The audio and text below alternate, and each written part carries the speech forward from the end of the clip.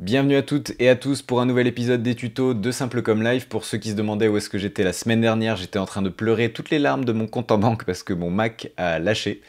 Mais voilà, j'en ai un nouveau, on est reparti pour le boulot et tout devrait bien se passer. Donc comme d'habitude maintenant, en début de vidéo, j'en profite pour vous rappeler que sur mon site www.simplecomelife.fr, vous pouvez retrouver la formation que j'ai faite sur les bases du logiciel Ableton. J'ai mis en place un essai gratuit pour que vous puissiez vous faire une idée avant de passer à un éventuel achat. Quant à nous, cette semaine, on va faire un petit peu de sound design avec Operator pour créer un type de basse qui est principalement utilisé dans la drum and bass, et je vous en parle juste après le générique. Alors...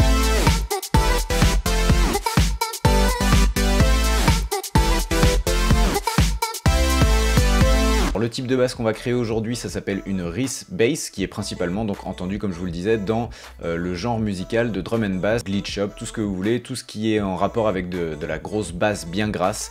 En général, on en retrouve à l'intérieur. Bien souvent, on est obligé de passer par des plugins tiers pour avoir des sons de basse particuliers, mais je me suis dit que ce serait intéressant en fait pour ceux qui n'ont pas forcément les moyens d'investir dans des plugins supplémentaires, de voir comment est-ce qu'on pouvait recréer ce type de basse uniquement dans Ableton avec l'aide de l'opérateur. Donc avant de passer au tuto à proprement parler, je vous encourage à lâcher un pouce bleu si vous êtes sur YouTube ou un like si vous êtes sur Facebook. N'hésitez pas à vous abonner à la chaîne pour ne rater aucun épisode et pensez bien à cliquer sur la petite cloche, comme ça vous serez notifié à chaque fois que je poste une nouvelle vidéo. N'hésitez pas non plus à partager soit cette vidéo, soit la chaîne même en entier à tous les gens que vous pensez que ça peut intéresser. Et une fois qu'on a dit tout ça, on passe au tuto.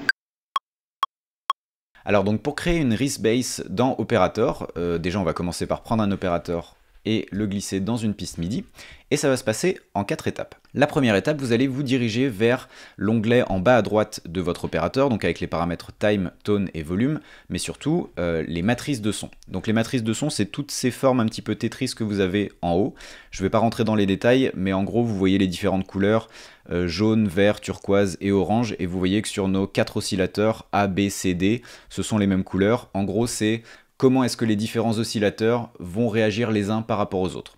Donc là, il y a beaucoup de place pour l'expérimentation, mais aujourd'hui, on ne va pas rentrer là-dedans. Je vais vous donner la réponse tout de suite. Il faut sélectionner la matrice horizontale. Ensuite, vous allez vous diriger vers l'onglet Voices en bas à gauche et vous allez sélectionner 1. Et donc ça, c'est tout pour la première étape. Donc pour la deuxième étape, on va venir s'intéresser à nos oscillateurs, donc le A et le B. Dans un premier temps, on va prendre le A. Donc pour le moment, vous devriez avoir un son qui ressemble à ça. Parce que vous avez ici une sine wave. Nous, ce qu'on va faire, c'est qu'on va sélectionner pour l'oscillateur A une saut 32 et pour l'oscillateur B une saut D. Voilà, à ce moment-là de la manœuvre, vous devriez avoir un son comme ça.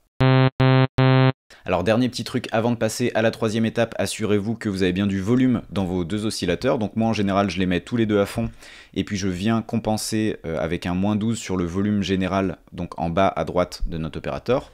Et comme je sais qu'avec les manipulations qu'on va faire derrière, le son va encore augmenter, je viens mettre ma piste à -6, comme ça on est sûr que ça ne viendra pas clipper, que ça ira pas dans le rouge au master. Alors pour la troisième étape, on va venir sélectionner la fenêtre Filter. Si jamais elle n'est pas enclenchée de base, donc elle est grisée, vous cliquez dessus pour l'enclencher.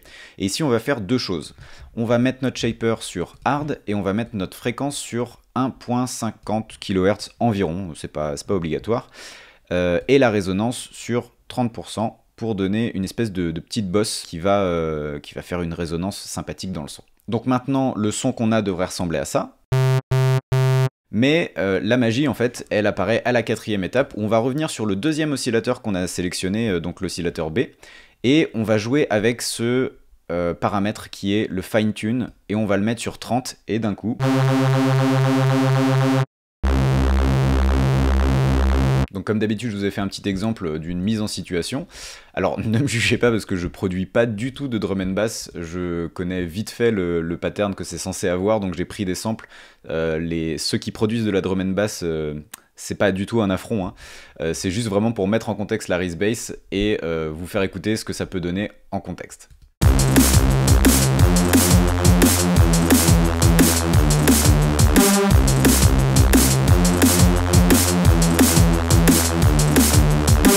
Et donc voilà comment est-ce qu'on peut obtenir une Reese Bass qui est vraiment propre au style drum and bass avec simplement un opérateur dans Ableton. Donc pour résumer, première étape, vous allez sélectionner dans l'opérateur une matrice de son de type horizontal et vous assurer que le paramètre Voices est bien sur 1.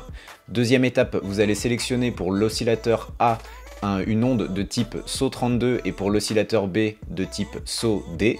Troisième étape, la fenêtre filter, vous allez vous assurer qu'elle soit bien sûr on. Votre shaper, vous allez sélectionner le type hard et au niveau de la fréquence, vous allez ajuster ça à 1.50 kHz. Et quatrième étape, vous allez revenir sur l'oscillateur B et mettre le fine tune sur 30. Donc voilà, j'espère que cette vidéo vous aura plu, j'espère qu'elle vous aura été utile. Comme d'habitude, si vous avez la moindre question, n'hésitez pas à la poser dans les commentaires. Si vous avez des envies pour un futur sujet que vous voulez que je traite, pareil, dans les commentaires. J'en profite une dernière fois pour vous rappeler que sur mon site www.simplecomlife.fr, vous pouvez retrouver la formation que j'ai faite sur les bases du logiciel Ableton ou réserver des heures de cours particuliers avec moi. Quant à moi, il ne me reste plus qu'à vous souhaiter une très bonne semaine et à vous dire à dimanche prochain pour un nouvel épisode. Allez, ciao ciao!